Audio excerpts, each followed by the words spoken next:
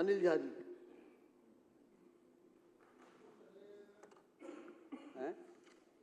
अध्यक्ष जी,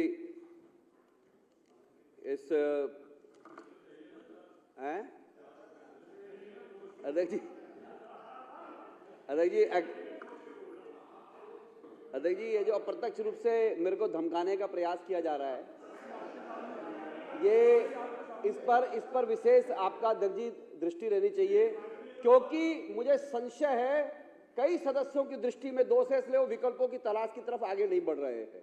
दोनों तरफ का ध्यान रखना। हाँ, मैं दोनों तरफ का ध्यान रखूंगा। और क्योंकि मुख्यमंत्री जी के साथ मुझे सौभाग्य है, मैं छात्र संघ में काम किया है, तो मुझे लगता था मुख्यमंत्री जी अब 27 वर्ष के बाद ये पूरी सरकार आई है, लेकिन 27 वर्ष के बाद जो, अरे सुन तो लीजिए, 27 वर्ष के बाद जो सरकार आई है, लेकिन उसमें क्या है, अब समय काल और परिस्थिति के हिसाब से कई चीजें बदल जाती है। तो इस सरकार के अंदर भी बहुत सारे एडवाइजर ऐसे हैं जो आज से 10-15 साल पहले दूसरी सरकार के एडवाइजर थे, है, तो अब वो अपना लीपापोती करके हिंद सरकार के एडवाइजर हो गए हैं। तो कई बार मैं इस बजट को देखता हूं तो लगता है, एक मिनट, एक्चुअली मेरे इसमें कई सारे सीनियर लोग हैं जिनके सामने मैं बड़ा हुआ हूं, तो वो मुझे धमकाने का प्रयास कर रहे हैं अप्रत्यक्ष रूप से, लेकिन मैं बिल्कुल हौसले से रखूंगा अपनी बात को। मैं अध्यक्ष जी इसमें देख रहा हूं, इस पूरे बजट में हम देख रहे हैं अकाल में कह रहा है पियर और ससुराल दोनों यहाँ हैं आपके। अब अध्यक्ष जी, इसमें मैं ये देख रहा हूं, इस बजट के अंदर अकाल में उत्सव मनाने की प्रक्रिया चल रही है। अध्यक्ष जी, ये देखिए व्यक्तिगत टिप्पणी हो रही है। नहीं, पार्टी तो व्यक्तिगत नहीं होती ना। कोई नहीं, ये मेरे चाचा है, ये अभी इस पार्टी में है। बता दो उसमें क्या है?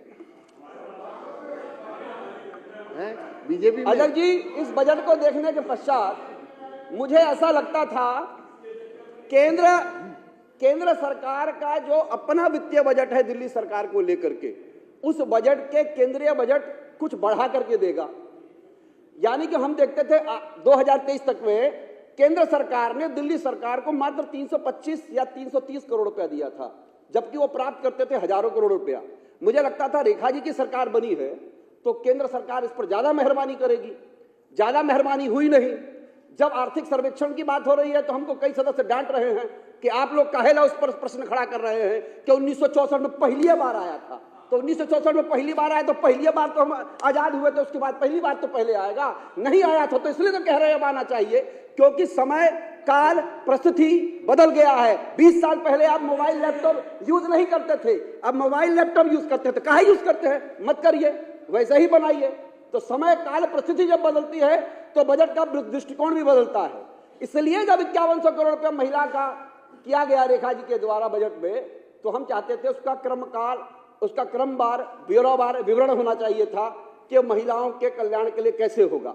किसानों के ऊपर जब बजट की चर्चा की गई तो मैं ये समझता था कि सीमांत किसानों के बारे में भी चर्चा होनी चाहिए कि कौन वहां पर जमींदार किसान है, कौन खेतीबाड़ी कर रहा है, और जो दलित किसान है, ओबीसी जो किसान है, उन किसानों के लिए किस प्रकार से वेलफेयर की चर्चा की जाएगी, उनके हेल्थ की चर्चा की जाएगी, उनके कोऑपरेटिव मूवमेंट को कैसे खड़ा किया जाएगा। एक बार भी किसानों के बजट के मामले में कोऑपरेटिव मूवमेंट की कोई चर्चा नहीं हुई, जबकि कोऑपरेटिव मूवमेंट के बिना इस देश का किसान तरक्की नहीं कर सकता है।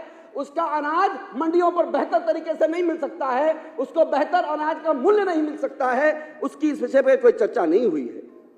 महोदय, दिल्ली कॉस्मोपॉलिटन है, पूरे देश के लोग अलग अलग राज्यों से यहाँ आए हैं। हम लोग भी बिहार से यहाँ पढ़ने के लिए आए थे, हम लोग भी यहाँ पर आए थे, हम यहाँ के होके रहे। लेकिन मैं देखता हूं स्वास्थ्य वाले मामले में जब ये कह रहे हैं, ने मारवा साहब मैं नर्वस नहीं आ गया, तुसी तो 9 बंदे मांग रहे हैगे हो, अपना बेटा कौंसलर है उन्होंने भी स्टाफ मांग रहे हैगे हो, मैं अकेला ही बिहारी है जो दुआबे की पंजाबी भी बोले नहीं है, तुसी चिंता ना करो। तो मैं ये कह रहा था हेल्थ के बजट में 1885 करोड़ रुपया कम हुआ। एक तरफ बार बार अरविंद केजरीवाल जी के विषय में ये कहते हैं कि उस सरकार ने जो है हेल्थ पर अच्छा काम नहीं किया, ऐसा सत्ता पक्ष कह रहा है।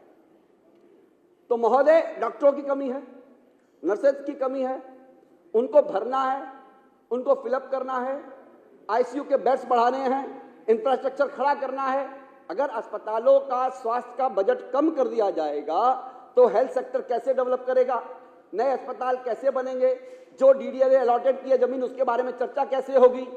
अध्यक्ष जी, एक विषय पर बार बार चर्चा हो रही है कि यमुना बहुत गंदी हो गई है, बहुत मैली है, मैली कर दी गई है। यहां सबसे गंदा पानी था हरियाणा में, जहां से यमुना बह रही है वहां तो बिस्लेरी का पानी था यमुना में। जहां पर सरकार थी 15 साल से मनोहर लाल खट्टर जी की, वहां बिस्लेरी का पानी बहता था। दिल्ली आता ही वो कन्वर्ट हो जाता गंदा पानी में, और यूपी में जाता ही फिर उसका ऑक्सीजन लेवल बढ़ जाता था। खाली दिल्ली में गंदा रहता था। जहां उत्तर प्रदेश में सरकार जिनकी थी, मैं नाम नहीं लूंगा, हरियाणा में सरकार किसकी थी वो आप जानते हैं, वो जानते हैं। वहां पर भी यह चर्चा होगी सदन के अंदर कि यमुना जहां से बहती थी वहां का ऑक्सीजन लेवल कैसा था। कोई बताए हरियाणा के यमुना के अंदर एक मछली जीवित बस्ती हो, एक कछुआ रहता हो, एक मगरमच्छ था उसके अंदर, एक चिड़िया आती थी वहां पर, उसकी कोई चर्चा नहीं हुई। खाली दिल्ली के चिल्ला से किल्ला तक का यमुना के अंदर पानी गंदा है, बाकी पूरी जगह यमुना का पानी बहुत स्वच्छ था, बिस्लेरी की बोतल थी, उसके पैसे पर कोई चर्चा नहीं हुई। और 1 महीने से हम जाके देख रहे हैं वहां का। अभी मैं गया था तो हमने तो कोई परिवर्तन नहीं देखा, लेकिन चलो अभी पहला बजट आया है, अगली बार जब बजट आएगा तो हम उस पर और चर्चा करेंगे। अध्यक्ष जी, शिक्षा के बजट में भी कमी लाई गई है।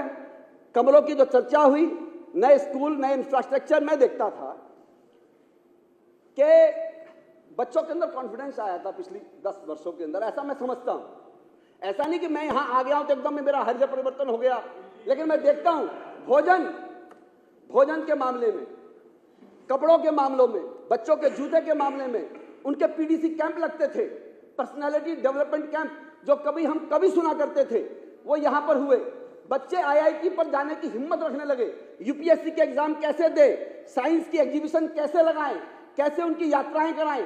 मेरा यह मानना होता था और सरकार का यह मानना होता था 1000 किताबें पढ़ने से कहीं ज्यादा बेहतर है बच्चों को 1000 किलोमीटर या 500 किलोमीटर या 100 किलोमीटर दुनिया को देख लेना। इस सरकार ने वो किया, बच्चों को दुनिया को दिखाने का मौका दिया। गरीब बच्चे भी देखते थे कि कैसे हम लोग अच्छे और बेहतर जो है कॉलेजेस के अंदर जाएं, वहां पर शिक्षा लें। आप आंकड़ा देखिएगा 20 साल पहले का, कि जो बच्चे पहली क्लास में पढ़ना जाता था वो हायर एजुकेशन प्राप्त नहीं कर पाता था। ऐसा आंकड़ा 63% था। उस आंकड़े को समाप्त किया शिक्षा के मामले में। और अध्यक्ष जी, साफ सफाई का जहां तक मामला है, 15 गड्ढे भरेंगे।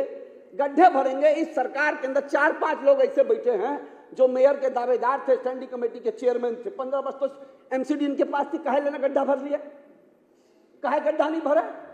15 वर्ष तो अध्यक्ष जी आप भी रहे, आप भी एमसीडी के बड़े नेता रहे, एमसीडी का आदमी काम नहीं कर रहा था। और अब तो अब बार-बार ये कह रहे हैं डबल इंजन की सरकार है, डबल इंजन। अध्यक्ष जी, डबल इंजन, अब तो 6 इंजन की सरकार हो गई है। दिल्ली सरकार इनकी है, डीडीए की सरकार इनकी है, 2 इंजन।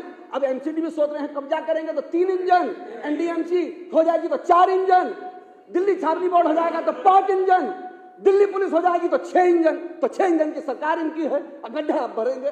पहले भी एमसीडी इनके पास थे, कहे लगा गड्ढा भर लिए थे।